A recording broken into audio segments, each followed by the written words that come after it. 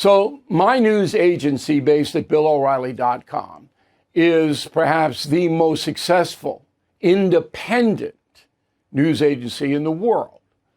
And we've been doing this for 8 years. We were profitable on day one because a lot of my audience on Fox followed me into the other projects that we did. So you can see us all over the place. The First TV has us.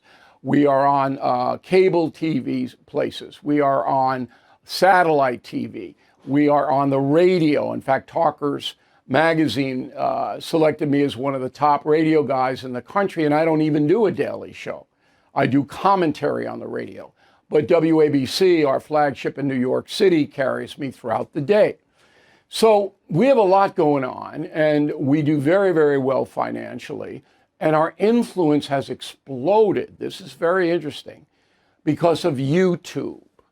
All right, so I'm not a social media guy, but I got good people who know that world. And we began on YouTube in earnest, a few months ago. We got more than 1 million subscribers on the BillO'Reilly.com YouTube channel. It's youtube.com/Bill O'Reilly. It just exploded.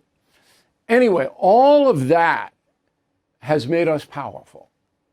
But it also puts a very big burden on me to turn out an enormous amount of news analysis every day, which we do. And we don't rely on cliches. We're not ideological. We go in, and you'll see tonight, we have stories tonight you have not heard. So we work very hard to bring you news that affects you directly. And we are successful.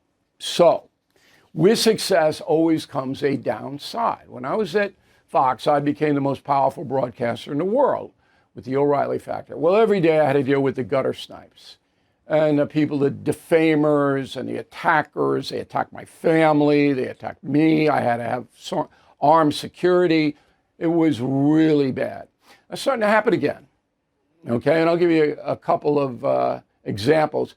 It's not at that level yet, but I can see it rising. And that's again because we are becoming so powerful. All right, so this week I had an enormous amount of work to do. So we're on News Nation twice, we're on Hannity Radio, we're on my radio. It's like a boom, boom, boom, boom, boom. And I made a mistake. On Leland Vittert, News Nation Monday night, I got the timeline wrong for the Epstein prosecution in 2019. My mistake, 100% my mistake. My research was fine. I just didn't state the timeline correctly. Now remember, I don't use a teleprompter. I give you 42 minutes a day right off the top of my head with notes. No teleprompter. I'll submit to you there isn't one other television broadcaster in the country who could do that. No one. I'm sorry I'm bragging, but if there is, I want to do the challenge. So sometimes I'm going to make verbal mistakes. It's just going to inevitably happen. Human beings do that. So I corrected, Leland Vittert actually corrected me, and I said, okay, I stand corrected. And then I went on with my analysis, which is absolutely 100% right on, that the Democrats had the Epstein information for 4 years, and you didn't hear anything out of any of them. Not a word, but now they're hysterical about Epstein. I mean, come on, 5-year-old gets it. Then last night on Cuomo, I called Congressman Ro Khanna, M-O, Rocca, who's a media guy, okay? Again, dopey mistake, slip of the tongue. And Cuomo was actually gentle. He just corrected me. And I said, well, they're both Italian, which they aren't, but, it was jocular. Oh, I wake up this morning and it's all over. I'm Joe Biden now. I'm Joe Biden, okay? So I'm losing it. Now, all of this is designed, absolutely designed, by the far left gutter snipes to denigrate me. There's no other reason to do it. I mean, people make mistakes on television, radio all the time, verbal mistakes. And so I read it, and I didn't get really angry, but 10 years ago I would have. But I went, this is actually a compliment, because these people fear us now. But one name jumped out at me. His name is John Harwood. We'll put him up on the screen. So he's a journalist, and he worked for CNN, very, very short time at CNN.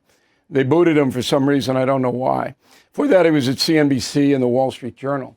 Hartford now got a job at Duke University teaching young minds. He's an ardent leftist, Hartford. So he jumped on this let's smear O'Reilly bandwagon, and then we invited him on the program. So if I'm Joe Biden, I mean, John Hartford got an opportunity to go one-on-one with me. Hey, let me have it. Let me have it, John.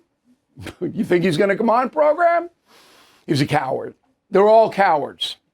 All these gutter snipe smear merchants, they're all cowards. Never face me. So if I'm, you should be able to come on and make me look like Joe Biden, right?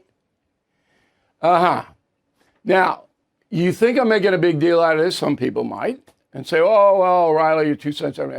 This is an industry that you should know about.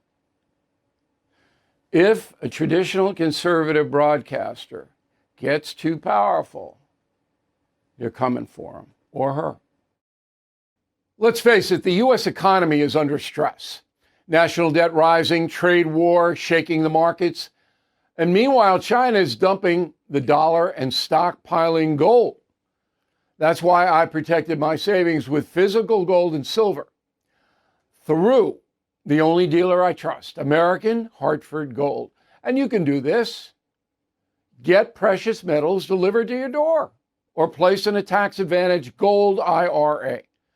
They'll even help you roll over your existing IRA or 401k, tax and penalty free. With billions in precious metals delivered, thousands of 5-star reviews, and an A+ from the Better Business Bureau, you can trust American Hartford Gold as I do.